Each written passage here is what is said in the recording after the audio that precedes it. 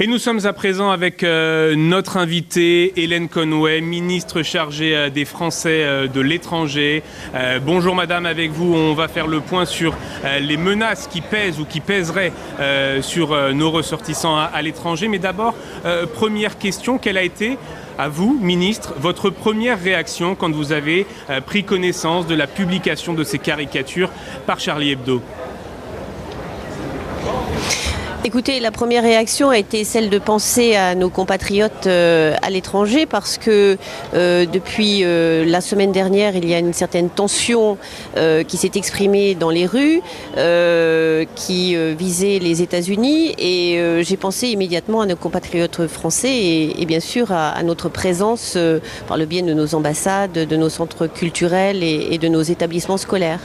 Alors demain, vendredi, jour de grande prière pour les musulmans, les ambassades, les consulats, les centres culturels, les écoles françaises seront fermées dans une vingtaine de pays. Quelles sont les menaces précises ou pas qui pèsent sur les ressortissants français ?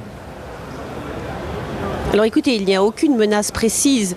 Nous préférons prévenir que guérir. Nous avons vu quand même que des foules en liesse étaient dans les rues, que finalement les intérêts de la France pourraient être menacés. Donc nous avons préféré prendre des mesures de précaution, mais aucune menace n'a été proférée envers les intérêts français. En Tunisie et en Égypte, les écoles françaises sont d'ores et déjà fermées dès aujourd'hui. Pourquoi ces mesures particulières dans ces deux pays ? Mais écoutez, nous avons reçu un certain nombre de messages, d'ailleurs plusieurs milliers au ministère de Français qui nous ont envoyé des SMS. Enfin, les réseaux sociaux sont très très actifs pour montrer leur inquiétude. Donc il est tout à fait normal que nous soyons très attentifs, que nous soyons mobilisés et que nous montrions à la communauté française que l'État est là, que le gouvernement est à son écoute et surtout là pour les protéger si besoin était. Dans quel pays la situation est-elle la plus tendue ?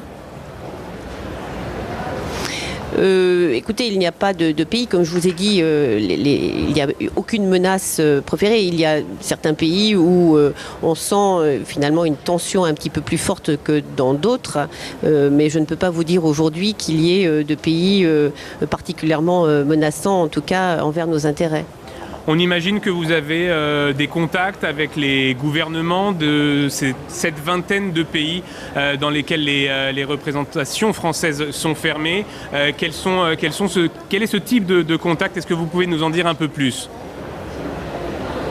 Écoutez, tout simplement, ce que nous demandons aux autorités locales, c'est simplement de leur rappeler qu'ils ont un devoir de protection envers nos intérêts, qu'on doit se reposer sur eux parce que si nous sommes mobilisés, c'est simplement pour être à l'écoute de ce qui se passe et être assurés que nos compatriotes ne soient pas en danger. Mais ce sont quand même aux autorités locales d'agir et donc nous leur rappelons tout simplement leur devoir envers nos compatriotes.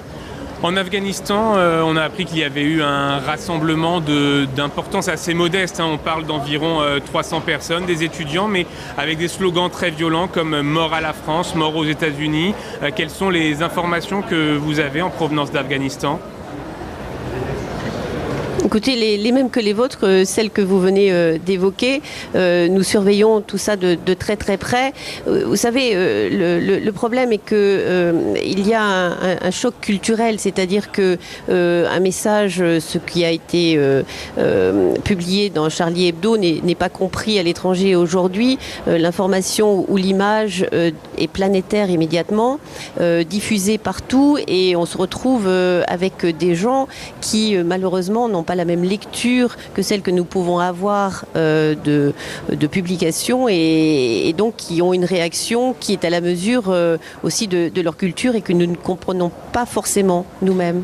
Hélène Conway, hier, Laurent Fabius a parlé de responsabilité. On sentait que c'était un message qui s'adressait à la direction de Charlie Hebdo. Est-ce que, de votre point de vue, vous qui êtes ministre des Français de l'étranger, est-ce que les responsables de Charlie Hebdo ont été justement irresponsables ? Écoutez, ils font leur travail. Le métier de journalisme, de journaliste aujourd'hui est assez compliqué parce que justement les messages que vous donnez sont instantanément repris par l'ensemble de la planète et s'ils sont adressés à un public particulier qui est le public français et qu'ils sont reçus dans d'autres cultures, dans d'autres pays où on n'a pas forcément la même compréhension de ce qui est dit, on peut imaginer qu'il y a une incompréhension. Là aussi, les réactions en France seraient peut-être tout à fait différentes de celles que l'on voit à l'étranger, à savoir le degré de violence qui est exprimé dans la rue, par exemple.